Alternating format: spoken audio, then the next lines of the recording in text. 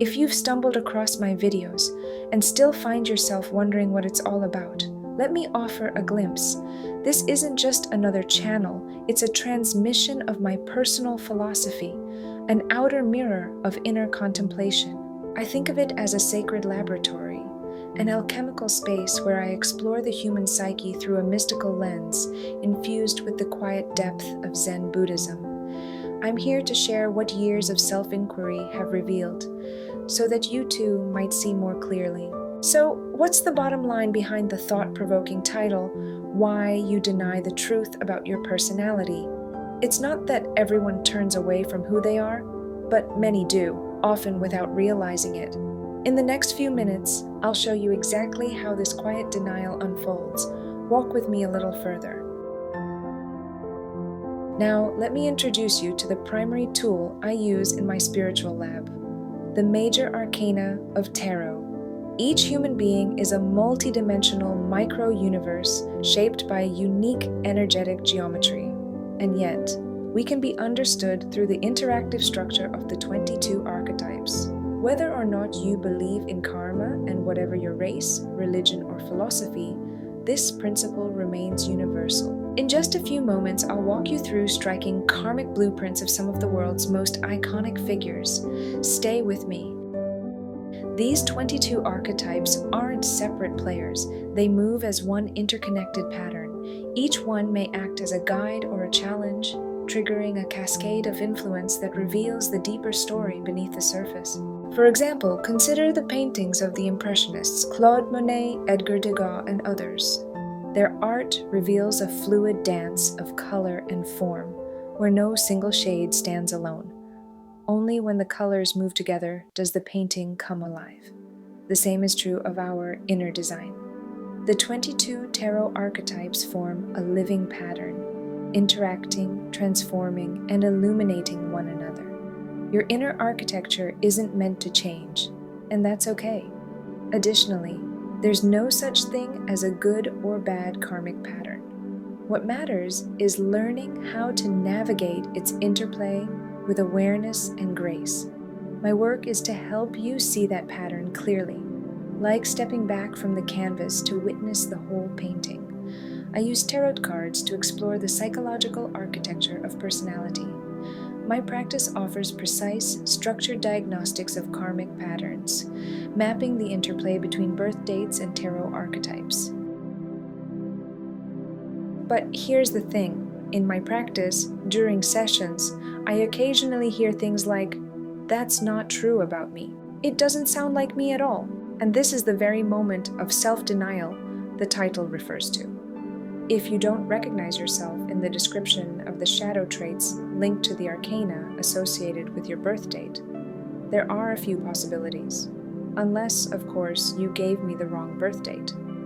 It could be that you haven't honestly looked inward, not in the quiet, sustained way that reveals patterns beneath the surface of personality. You may not have taken the time to observe your reactions, reflect on your choices, or analyze the recurring themes that shape your relationships and inner life. Or perhaps you've looked, but only at what's easy to accept, the traits that feel noble, the stories that flatter. And when a shadow trait appears, something uncomfortable, inconvenient, or unflattering, you turn away, insisting, "That's not me." But here's the truth. Self-awareness isn't about comfort, it's about clarity. And clarity begins with honesty, with yourself. Not as punishment, but as liberation. Because when you name what's hidden, you reclaim your power to shift it. Even the inconvenient or unflattering parts of your personality deserve a moment of honest attention. When I say you might be denying the truth, I'm inviting you to consider the parts of yourself that may have been edited out, overlooked, or misunderstood.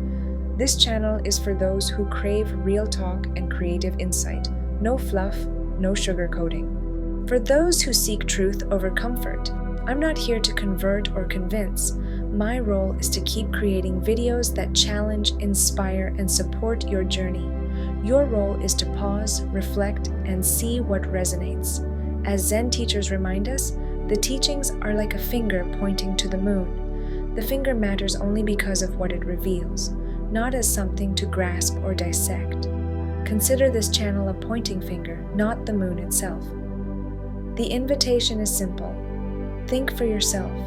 Discover what's true for you. This work isn't about judgment. It's about recognition. And recognition is the first step toward transformation. Everything I say in my videos or in my sessions is something I've tested and proven through years of deep self-reflection and observation. These insights aren't abstract. They're lived, witnessed, and refined through real experience with myself, those in my personal circle, and dozens of clients. Of course, if you're a saint who's transcended all shadow traits or an enlightened being radiating unconditional love, you can exclude yourself from the list. But for the rest of us, welcome to the club. I advise you to start observing yourself. Watch how you react in certain situations.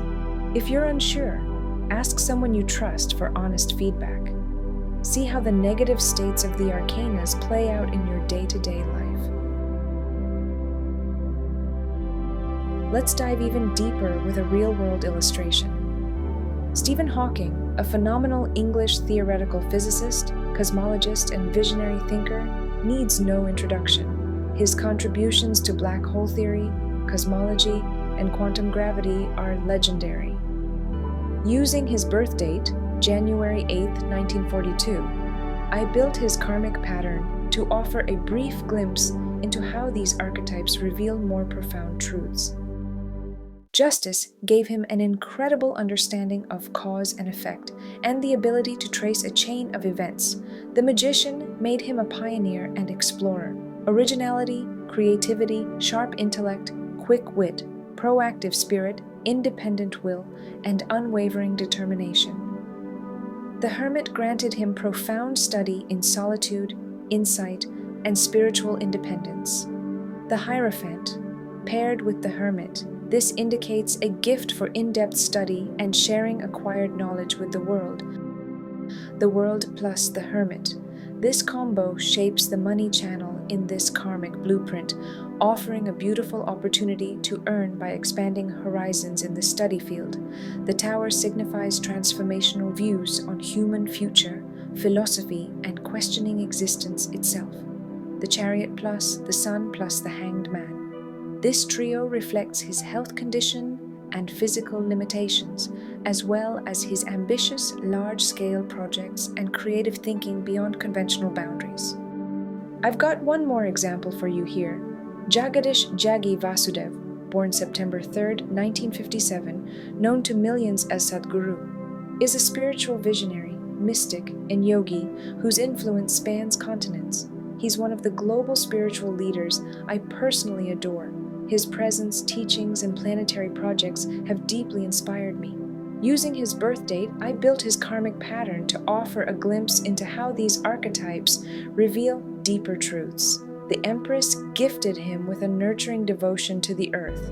Sadhguru's Save Soil movement is a living embodiment of care, fertility, and planetary motherhood. The hermit granted profound wisdom and the ability to absorb ancient knowledge in solitude and through personal experience, then share it with clarity. The Fool reflects his freedom of spirit. He travels extensively, moves lightly, and carries joy in his heart. This is a rare example of freedom aligned with responsibility. The chariot fuels his ambitious global goals and love for movement. He's famously passionate about riding motorcycles across vast terrains. The Hanged Man and the Emperor shape his mindset, offering visionary leadership and the ability to hold paradox, surrender, and sovereignty. The Wheel of Fortune makes him easygoing, humorous, and attuned to the rhythms of change. The world expands Sadhguru's reach. His thinking knows no borders, and his actions serve the collective good. The Hierophant, placed at the center of his karmic pattern, marks him as a spiritual teacher to millions, rooted in tradition, yet open to evolution. Again, those were merely glimpses into some karmic patterns, just to show you that even the most brilliant and spiritually evolved individuals carry complex, layered archetypes. So, what can knowing this offer you? It brings clarity. You begin to see things as they are. You understand not only yourself but also your loved ones, their inner drives, behavioral patterns, and the archetypal forces shaping their lives. And when you see clearly, your expectations soften. Sometimes they dissolve entirely. Low or even zero expectations make you feel better, because expectations are often the root of suffering. When you want the outer world to give you something it cannot, and when it doesn't, you feel pain. When you let go of expectations, you become free. This is absolute freedom. Crystal clarity and zero expectations dissolve attachment. And without attachment, there is no emotional pain. Here are some more practical examples. When you know that someone was born with the Emperor in their karmic pattern, you don't expect emotional involvement from them. They're simply not designed to express fireworks of emotion. At times, they may even appear cold or struggle to show sympathy. But when you understand their true nature, you stop taking their emotional distance personally.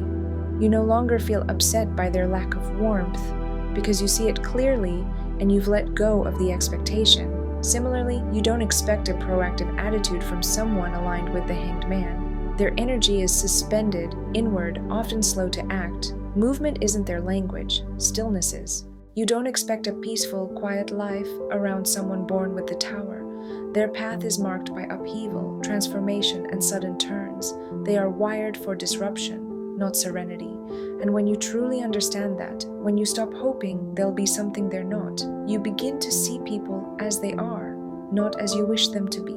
You stop projecting your needs onto their nature, and in that moment of recognition, something shifts.